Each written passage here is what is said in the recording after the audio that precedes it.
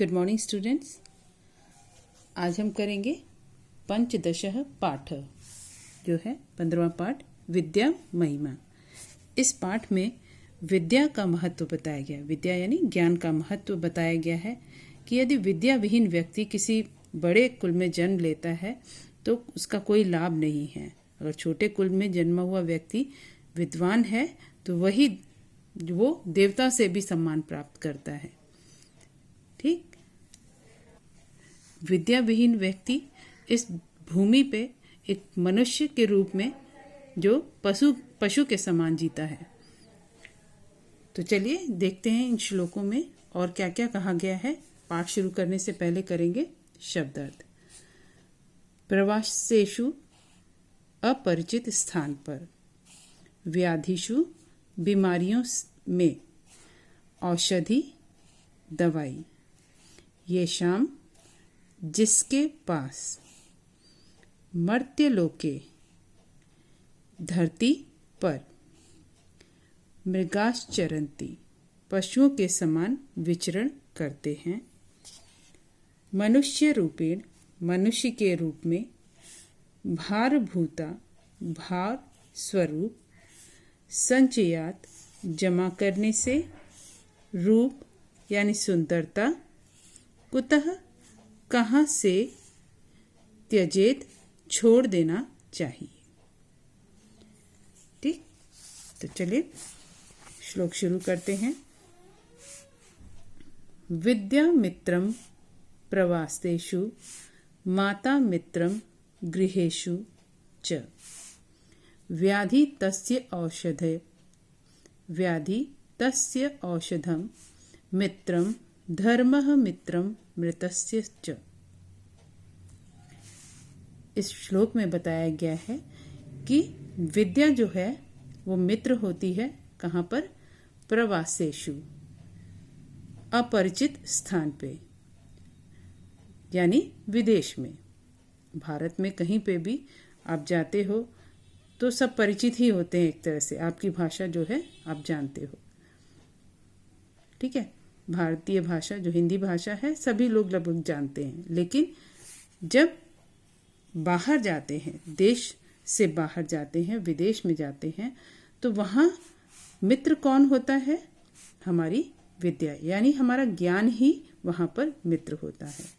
माता मित्रम गृहेषु च, और घर में, गृहेषु और घर में मित्र कौन है? माता होती है।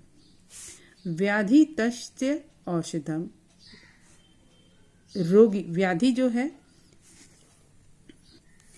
बीमारियों में औषधि मित्र होती है। रोगी के लिए औषधि मित्र के समान होती है। धर्मः मित्रम मृतस्य च, और मृतस्य मरने के बाद धर्म ही मित्र होता है। जो भी धर्म कार्य जीवन भर किए होते हैं वो मरने के बाद वही धार्मिक कार्य मित्र के समान आपके साथ जाते हैं। ठीक, एक बार फिर से देखिए। विद्या मित्रम प्रवासेषु, माता मित्रम गृहेषु च, व्याधि तस्य औषधम, मित्रम धर्मः मित्रम मृतस्य च। विदेश में विद्या मित्र है, घर में माता मित्र होती है, और रोगी के लिए औषधि मित्र के समान होती है। मरने के बाद धर्म ही मित्र है। ठीक, आगे। किम कुलेन विशालेन विद्याहीनस्य देहिनः, अकुलिनो अपि विद्यावान देवैर अपि स पूज्यते। विद्याहीन देहिना, देहिना यानी शरीर यानी व्यक्ति, विद्या से हीन, विद्या के बिना व्यक्ति यदि बड़े कुल में, विशाल कुल में जन्म लेता है तो उसका कोई लाभ नहीं। किम कुलेन विशालेन विद्याहीनस्य देहिना, जो विद्या के विहीन होता है, विद्या से हीन होता है, विद्या के बिना होता है, ज्ञान के बिना होता है, वो शरीर या वो व्यक्ति बड़े कुल में पैदा हो, जन्म लेने से उसका कोई लाभ नहीं होता।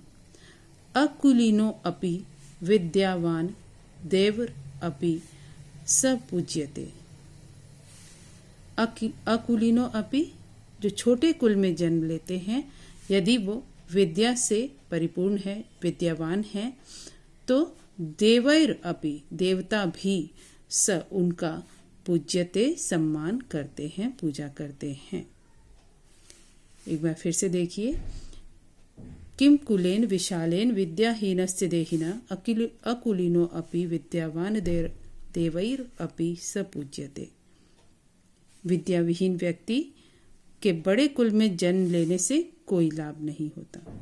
छोटे कुल में जन्म लेने वाला विद्या से परिपूर्ण या विद्यावान, अगर वो विद्यावान होता है तो देवता भी उसको पूजते हैं, यानी उसका सम्मान करते हैं।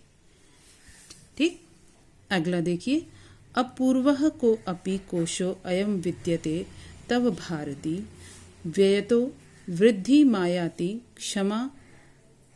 क्षय मायाति संचयात्। तव भारती, भारती यानी हे सरस्वती माता, हे देवी सरस्वती, तब कोशो अयम, आपका ये खजाना, अपूर्वः को अपि कोशो अयम विद्यते तव भारती, हे सरस्वती माता, तुम्हारा विद्या रूपी कोई अनोखा खजाना है। व्ययतो वृद्धि मायाति, व्यय यानी खर्च करने पर, जो व्यय करने से वृद्धि यानी बढ़ता है। हे सरस्वती माता, तुम्हारा कोई अनोखा विद्या रूपी अनोखा खजाना है। कोशो का मतलब है कोशोयम, ये अपूर्व का मतलब अनोखा। ये जो आपका अनोखा खजाना है, विद्या रूपी अनोखा खजाना है। व्यय तो वृद्धि मायाती, व्यय करने से तो ये क्या है, ये बढ़ता जाता है। और क्षय मायाती संचयात, और संचय करने से यानी कि जमा करने से ये क्षय मायाती यानी नष्ट हो जाता है। एक बार फिर से देख लीजिए, अपूर्व को अपि कोशो अयम विद्यते तव भारती, भारती का अर्थ है यहाँ पर देवी सरस्वती के लिए कहा गया है। तो हे देवी सरस्वती, तुम्हारा विद्या रूपी यह कोई अनोखा खजाना है। व्यय तो वृद्धि मायाती, जो व्यय करने से बढ़ता है, व्यय मतलब खर्च करने से, और क्षय मायाती संचयात, और जमा करने से नष्ट हो जाता है। रूप यौवन संपन्ना विशाल कुल संभवा, विद्याहीनः न शोभन्ते निर्गंधा इव किंचुका। रूप यौवना संपन्ना, सुंदरता और युवा अवस्था से युक्त। विशाल कुल संभवा, ऊंचे कुल में जन्म लेने पर भी विद्याहीना न शोभन्ते, विद्या से रहित, विद्या से हीन व्यक्ति शोभा नहीं देते हैं। निर्गंधा इव किंचुका, जैसे सुगंध के बिना, सुगंध विहीन, सुगंध के बिना पलाश के, किंचुका यहाँ पर पलाश के फूलों को कहा गया है। निर्गंधा इव किंचुका, जैसे पलाश के फूल सुगंध के बिना शोभायमान नहीं होते।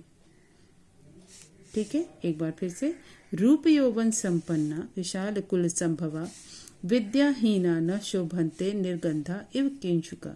सुंदरता तथा युवा अवस्था से युक्त, ऊंचे कुल में जन्म लेने पर भी विद्या से रहित व्यक्ति शोभा नहीं देते।